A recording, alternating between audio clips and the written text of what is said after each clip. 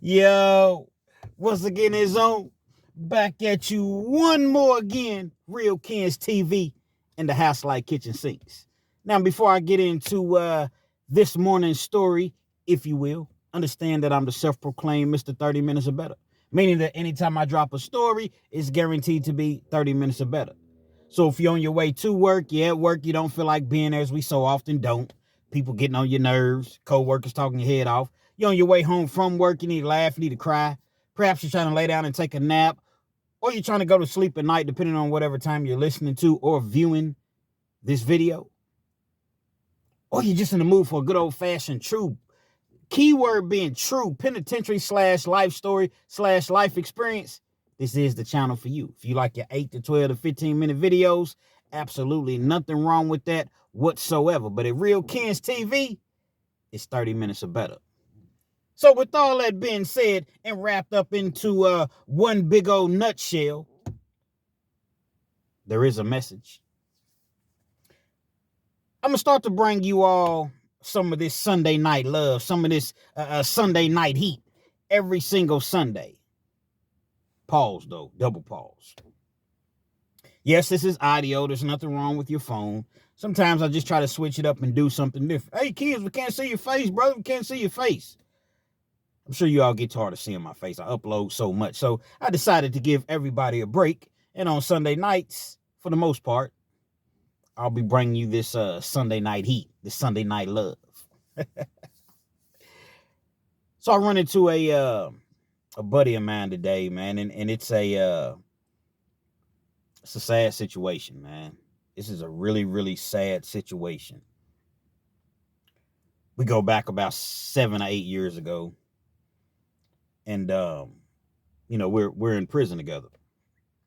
Now, before I actually get into the story, I'm drinking my water. I got a bottle of water. So y'all jump in the comments and let me know where you're chiming in from. I'm in Lexington, Kentucky. Come on, kids. We know you in Lexington. You tell us every time, motherfucker. Well, you all just simmer down, okay? There are new people that are continuously joining the channel, frequenting the channel every single day, okay? So just because you hear me say something on a regular basis, guess what?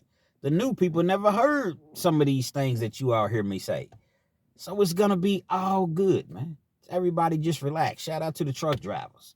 Shout out to the medical delivery drivers. Shout out to the healthcare workers. Shout out to the Amazon workers and the post office and everybody, like I said, in the hospitals or the restaurants, or everybody working those 16 and 12 and 8-hour shifts, 4-hour shifts. They say Kens.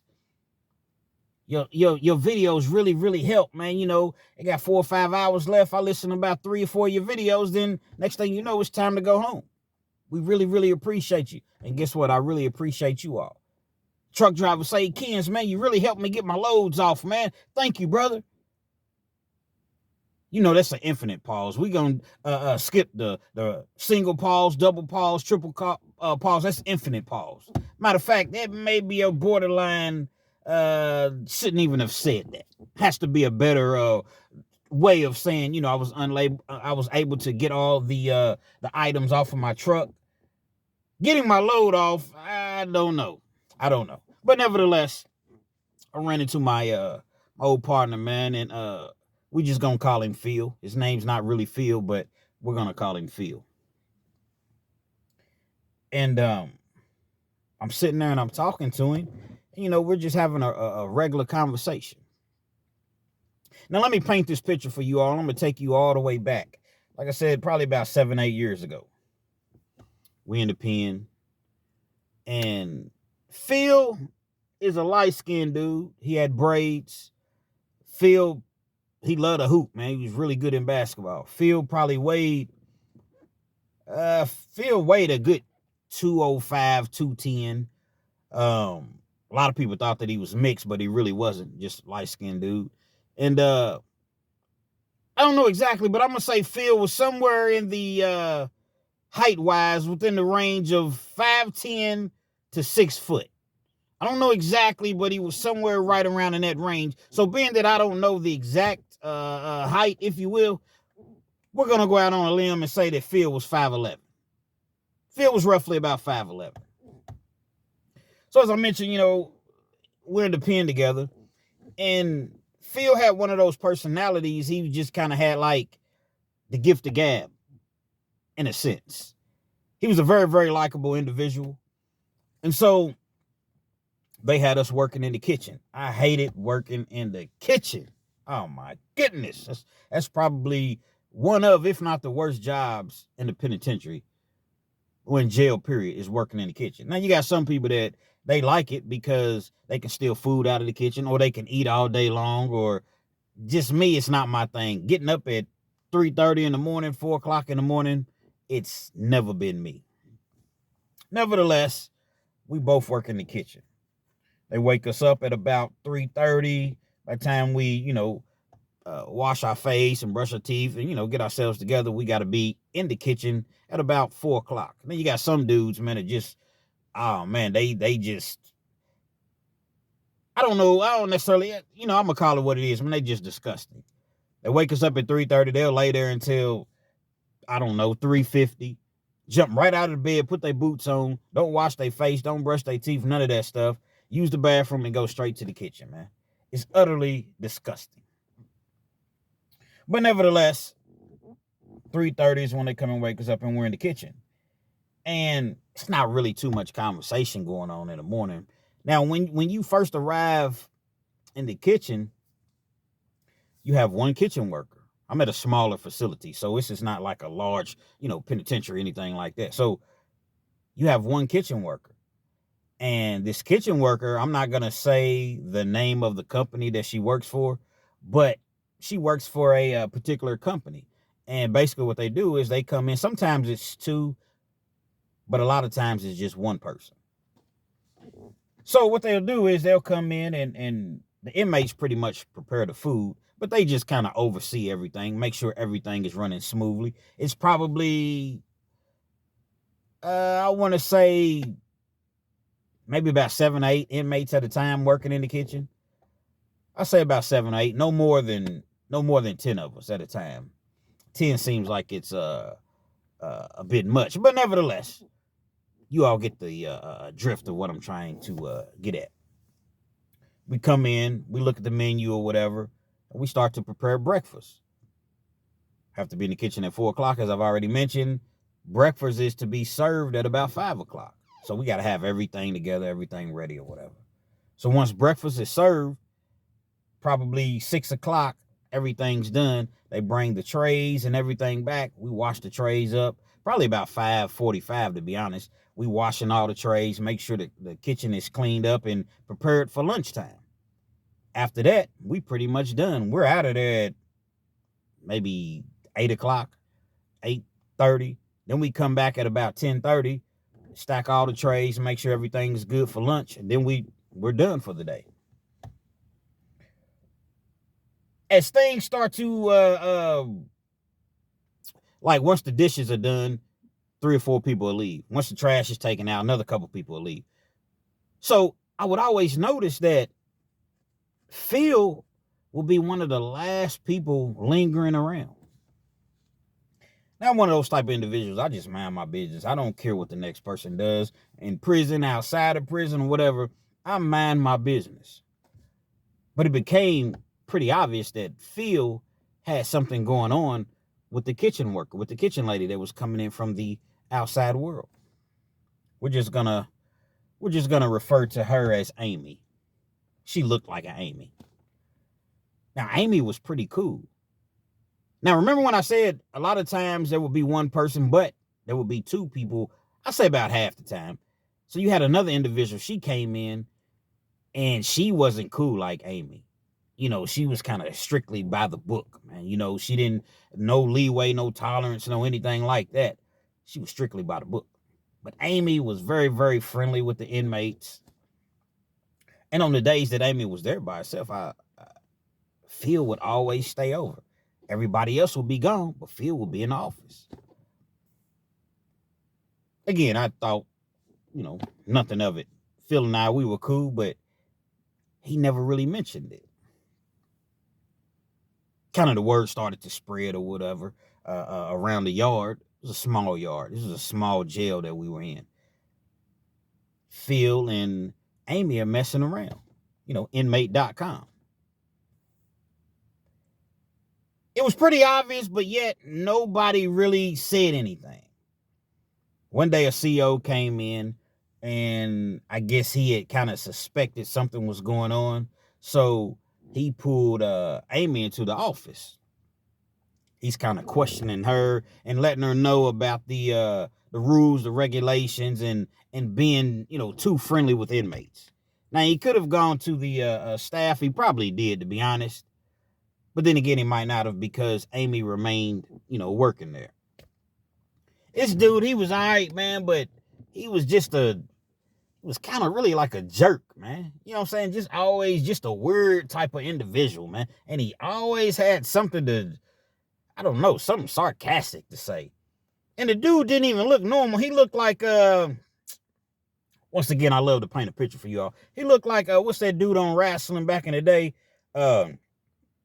WWE, if you all watch wrestling, The Undertaker. But not The Undertaker. He looked like The Undertaker's manager. Y'all jump in the comments and let me know what his name was. The Undertaker, Paul Burr looking motherfucker.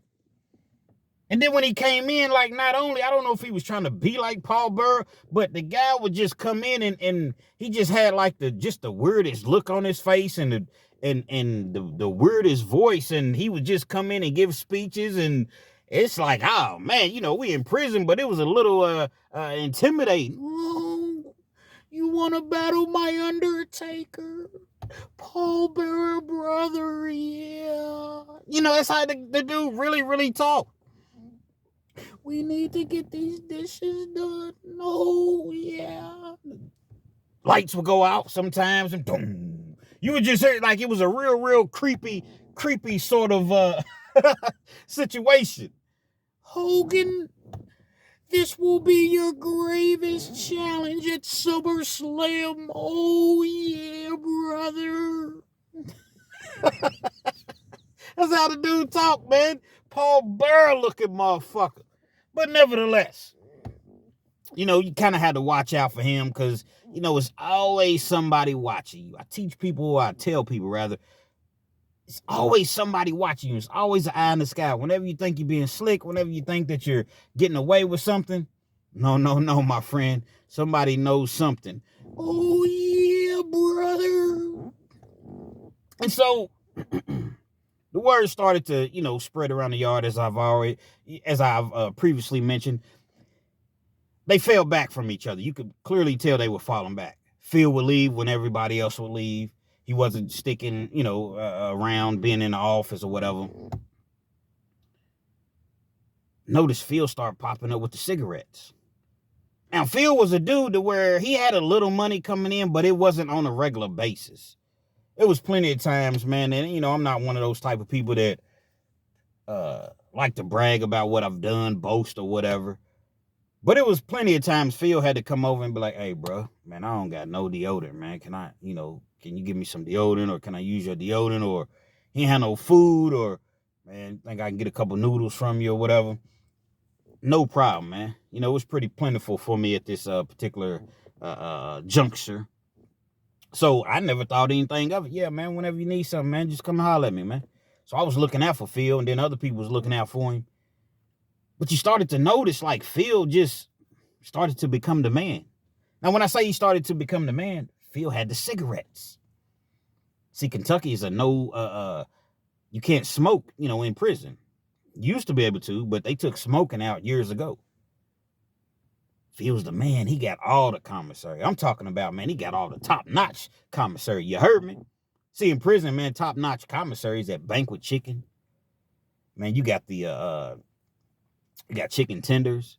You got the 16-pack of burgers that you can buy. Literally 16 beef burgers. You got the Polish sausages, the beef hot dogs, the Jack Mac, the tuna.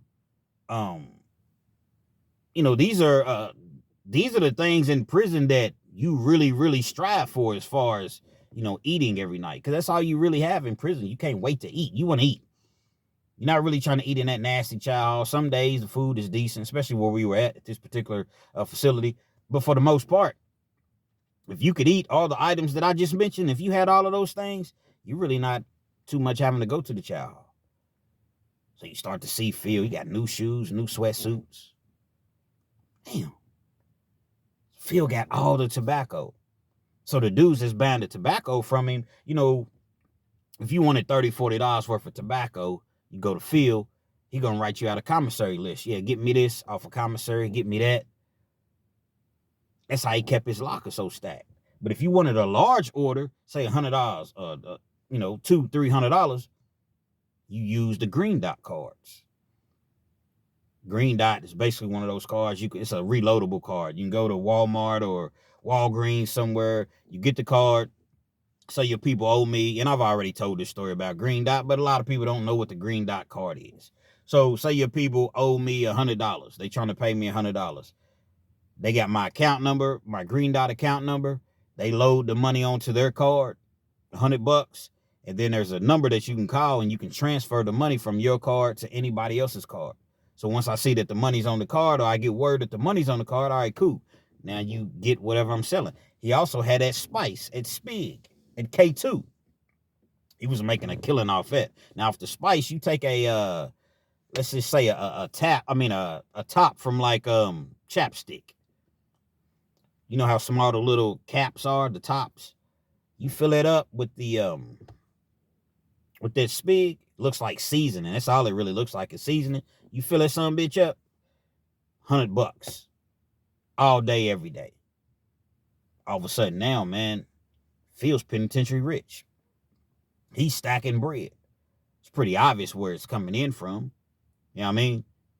Amy's bringing it into him. There was no definitive proof, but I mean, 2 + 2 is always going to equal 4. I mean, no matter how you slice it and dice it, 2 + 2 is always going to equal 4. You knew that in order for Amy to be doing all of these things, Phil was putting in that work. No one ever actually saw them, walked in on them, but it was pretty obvious what was going on. This situation lasted for a good 6, 7, 8 months. Administration got wind of it or what have you, walked off the yard, walked off the compound. Your services are no... Actually, you know what? Let me take that back. They did walk her off the compound, and they didn't fire her, but what they did was they transferred her to another facility. I guess they didn't have all of the, necessary proof that she was involved with an inmate, so they transferred her to another facility. Now, they must have really needed some workers, because typically they would just fire your ass right off top if they even remotely think that you're dealing with an inmate. So now she gets moved to another facility. Phil does another, 4 or 5 months, and then he ends up getting out. He makes parole. He gets out on parole. Now, this is the story that he's explaining to me. Some of these things, like I said, I was locked up with him. I seen, but he was actually explaining to me the latter part that I didn't see. So y'all rock with me. Y'all follow me. He's telling me that he does another 4 or 5 months, 6 months, what have you, ends up getting out of prison. When he gets out of prison, he has this girl at home. Him and this girl, they've been rocking together for a while. They already have a child together. Phil is about, at this time, Phil was about maybe 29, 30 years old when he, first got out or whatever. So, him and his girl, he paroled to her house. He's living with his girl. Everything is cool. But somehow he was able to get in touch with Amy. They pretty much kept in touch. Amy lived in a different city. Now, the thing about it, Amy lived in Kentucky. She just lived in a different city. It wasn't that far over, maybe about 25, 30 minutes over. This is the kicker with Amy. Amy had a dude that she was with, but her dude was in the penitentiary. So imagine that. She's already with a dude. Her boyfriend, her longtime boyfriend, but he was in the pen. So she'd been dealing with the dude or whatever. He got out. Phil was out. Everybody is in separate towns. Some time went past or whatever. They would talk to each other from time to time. Say about a year went past. They ended up, I don't necessarily want to say reconvening, because As I mentioned, they were already talking to each other, but they ended up hooking up, connecting, got together, went and got a room. So they doing their thing in a room or whatever. Now, this thing would go on for the next 6 months. Next 6 months, Phil learns that his girl's pregnant. Not really a surprise. They live together. They're young. They're not really, being very, very responsible and using protection. So it's not a surprise to him whatsoever. Actually, he was kind of happy. They're going back and forth to the doctors or what have you. And they find out that they're having twins. Oh man, he's ecstatic. He's like, he can't believe it. He's always wanted twins. And, come to find out, that's what they were having.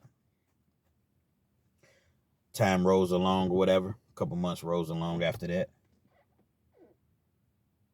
Amy calls Phil. She's blowing his phone up, calling him frantically. I need to talk to you. What's up, man? What's going on? No, I really, really need to talk to you, and I need to talk to you now. Phil don't know what's going on. He's thinking to himself, oh my God, please don't tell me that you're pregnant just as well. Please don't tell me. But he knew that it was a possibility. She ends up coming down, they meet up or whatever. He's thinking that, we're going to meet up and do what we do or whatever. I have something to tell you, and I don't know how to tell you this. He's already bracing himself to hear, I'm pregnant. I go to the doctor. It starts off that way. I go to the doctor because I hadn't been feeling very well lately. What's going on with you? I don't know. I've been like, I've had like this cough and this cold, and I can't get rid of it, and I don't feel normal. I'm kind of weak. So when I go to the doctor, they do whatever they do. They give me a pregnancy test or whatever. And it wasn't that. I wish that it was that. I'm not pregnant or anything. So what's going on? I thought that, you were so frantic and you needed an urgency or what have you to see me. What is the problem? What's going on? Breaks down crying. Amy breaks down crying, man, and she don't really know how to tell him. She don't know how they got here. She don't know. The doctor said that I'm HIV positive. Phil's whole world just crumbled as one could imagine when she told him that. The doctor said that I'm HIV positive. What? Are you sure? Are you? Yes. She's crying uncontrollably. And I care for you, and I just know that you needed to know. I know that your girl is pregnant with these kids, and your girl and you all live together, and I don't know what is going on. I don't know who contracted it. I don't know. Phil said that was the longest ride home that he ever had. He just drove around with tears streaming down his face, trying to understand, how did it get to this point? Obviously, he knew how it got to that point, but how did we get here? HIV positive? She's encouraging him, man, you need to go to the doctor. You need to go ASAP. You and your girl. Well, surely if that was the case, then if I had HIV, I'm quite sure that the doctor would have noticed that by now. So he kept trying to convince himself that he was all good or whatever. About a week or so goes past. His girl starts to notice that he's distant. He's not really the same. He's around, but he's like just quiet, like he's in his thoughts. They're not really intimate. Although she was pregnant, they would still be intimate. Don't judge nobody. I'm sure you all have done it just as well. Respectfully. He ends up telling this girl, baby, this is the situation. This is what it was or whatever. And we need to go get checked. Like we really, really need to go and get checked. She can't believe it. Once again, she just She cannot believe it because the stress and all he didn't even want her to stress about it. He didn't want her to stress about it. But how can you not stress about it? It's one thing if you catch something that you can get rid of, something the crabs or, something like that, gonorrhea or what's the other, it's all type of different ones that you can catch. But to hear that you have HIV, they go to the doctor, they get tested or whatever. Test results come back. They're both positive. He's telling me this out of his mouth. They're both positive for HIV.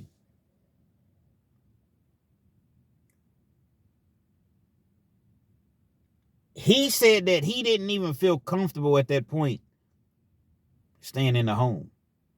He thought that she was literally going to unalive him. Here it is, I'm pregnant with twins. Here it is that we already have a child. Here it is, I've been holding you down when you was locked up. Here it is, I've been holding you down since you've been home. It ain't like you came home and just got a job immediately, and I've been holding you down. This is what you do me. This is the thanks that I get. You bring me HIV. All he could do was just cry with her and say, baby, I'm sorry, man. I'm so sorry. Sorry's not going to get it. They don't talk for a while, what have you. Somehow, they ended up, getting back together. Now, she's so stressed out. Now, when I say getting back together, meaning like not as an actual couple, but, they were kind of still around each other. She was so stressed out about this situation, she ended up losing both of the babies. She had a miscarriage. She lost both of the babies. He didn't really go into major depth. I don't really know exactly how that would work. I would assume that once the babies were born, they would have been tested. Well, I know they would have, but I don't know if because the mother was carrying it, if the babies automatically would have, had it. But he's sitting there and he's telling me this, man, and I can't believe he was talking to me like kind of with a straight face. You could see that he had pain in his face, but him just being able to tell me this story. So I'm like, bro, this is crazy, man. Does anybody know where it was contracted from? He was like, bro, it had to be her. He said, because when I first went to the joint, see, when you go to the pen, when I always speak about the Rotary Farm, when you go to the Rotary Farm, that's where you go, for you all that don't know, in Kentucky, to where you get a physical exam, mental exam, evaluation, or whatever. They go over your past history, and they give you a level. So when you're classified as a level 1, level 2, you're going to be minimum outside of the fence. But if you're a level 3, 4, 5, you're going behind them walls, lions, tigers, and bears. Well, they give you a blood test. They test you because they want to know when you're coming up in the prison system, they want to know if you have any, any sort of illnesses, any sort of conditions, any sort of diseases. And the thing about HIV, it can lay dormant for years. So just because he tested negative doesn't necessarily mean that he didn't already have it. But 9 times out of 10, he probably didn't already have it. Come to find out, Amy's boyfriend that was in prison, he was in there messing with them dudes, man. And when he came home, I guess he had it. This is allegedly, but they're, piecing everything together. He came home messing with the dudes, and he was zesty. He was zesty in prison, man. And he was a cheek buster.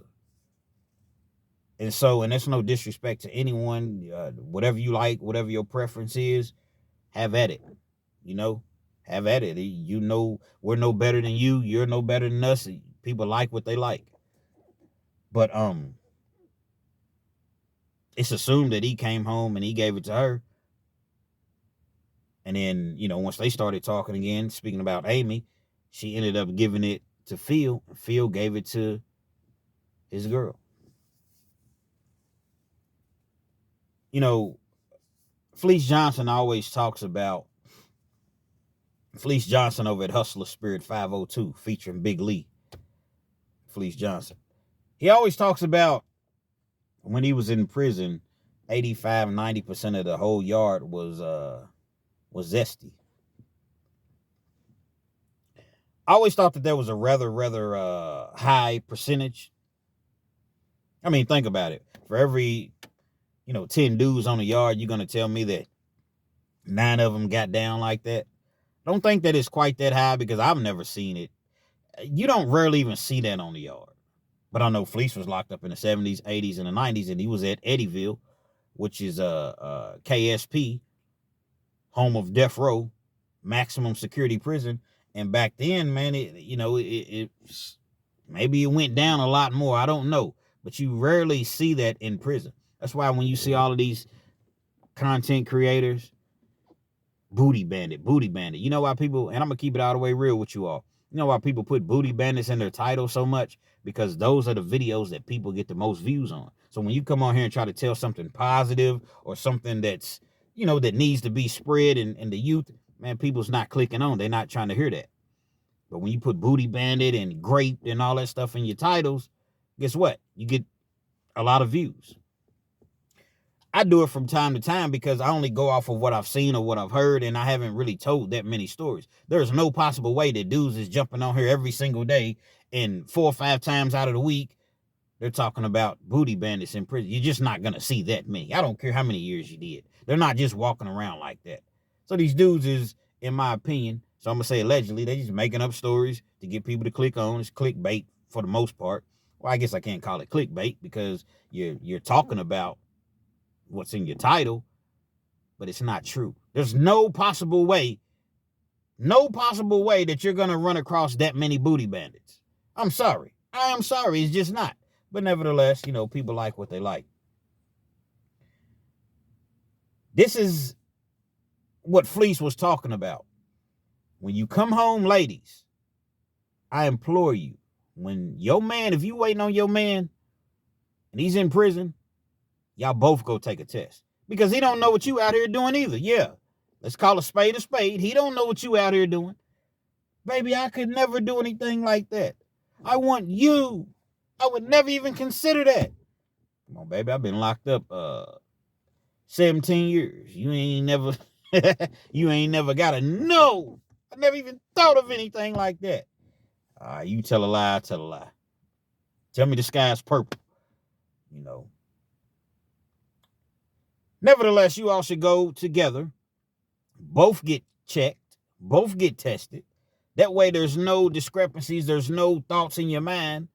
Damn, what you mean? You thought I was in there getting down like that? I don't get down like that. And again, the majority of dudes that I've ever seen in prison, the 10 years plus that I've done in prison, man, you don't see that many dudes getting down like that. Now, some people maybe just doing it, you just don't see it. But if you're there long enough, you're going to see who people are talking to and communicating with. And, you're going to know. If you know, you know. It's not anywhere near 85, 90%. I would say if I had to guess, I don't know, it's 1% maybe. If that. It's not that many people walking around the yard like that. Not that I've seen anyway. You all both get tested, man. You don't know what he was doing, as I mentioned. He don't know what you was doing. Everybody get tested. That way, we have a clear conscience and we can really focus going forward and we don't have to really be guessing and wondering. Really, really sad situation, man. When someone tells you something like that, it's crazy because you don't really know what to say. What do you say to something like that? Like, bro, I'm sorry, man. I'm praying for you. I wish this didn't happen, man. But what do you really, really say to a situation like that? Amazingly, him and his girl, they still together for the kid, for the one child that they already had together. And he's like, bro, I just take my medicine. I watch my diet. I try to work out, make sure she does the same, man, and just, just do the best that we can possibly do. I said, man, do you ever talk to, old girl anymore? You and Amy? Nah, man, we don't talk anymore, man. But, I don't know. I guess she's doing whatever she's doing or whatever. But we don't talk anymore whatsoever. I can't believe that his woman, I'm all about forgiveness. I'm all about, giving a individual another chance, but something like that's basically going to take your life at a young age, you're in your 30s. And I trusted you so much that you brought me back HIV and something that I'll never, ever in life get rid of. Man, y'all be careful out there, man. It's a whole lot of casual sex going on. And I know you meet that person. I know that person seems like they cool. I know that person, has good hygiene and smells good and looks good, and you thinking that, oh man, he's clean, she's clean, everything's cool. And you risk your entire life and you lay down with that person with absolutely no protection. You don't really even know that person. Even if you do know the person, you don't really know what that person is doing when you're not around them. What happens when they get mad and they want to get back at you? And this goes both ways, women and men. And they go and get with somebody, or they still messing around with the baby's mother or the baby's daddy, or it's going around, man. And it's hit real close to home. Real Kids TV, man. Hopefully y'all like the video. Feel free to comment, definitely share, subscribe to the channel if you're not already subscribed. Be sure to hit that post notification. So anytime I bring you this action and this heat, guess what? You're amongst the first to receive, man. Praying for Phil, praying for the child that they, that they are raising. Praying for her, and hopefully y'all got something from this story, man, because it's definitely a eye opener, and it should, at the very least, make you really think. Real Kids TV.